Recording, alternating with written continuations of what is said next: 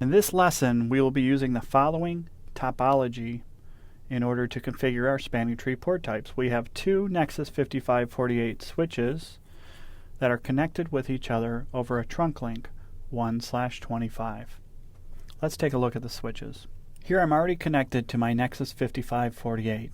I can very easily see what interfaces are configured by typing show interface brief.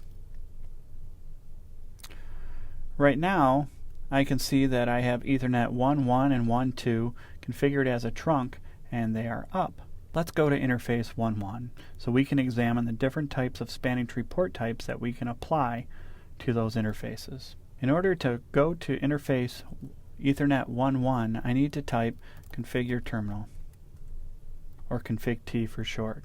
I can then type interface Ethernet 1/1, or I can type int E 1/1 for short. Once I'm in the interface, I can then configure my spanning tree port types.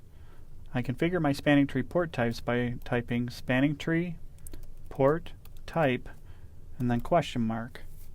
As you can see, I have two options here. The reason I have two options, even though there are three spanning tree port types, is that the default port type is already applied, which is spanning tree type normal.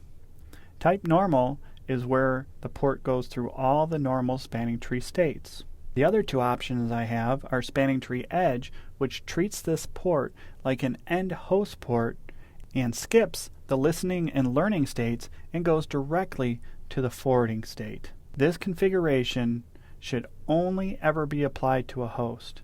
If I was going to apply this configuration to a bare metal server that needed only access to a single VLAN, I would apply it exactly the way it is, spanning tree port type edge. If I was going to apply this command to a VMware server, I would add on this last command, which is spanning tree port type edge trunk.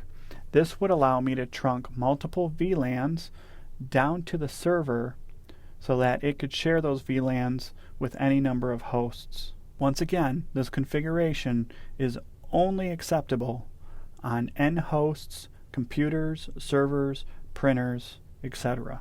The other spanning tree port type is spanning tree port type network. This is the command that enables bridge assurance. This command is usually only enabled between two switches that have a point-to-point connection.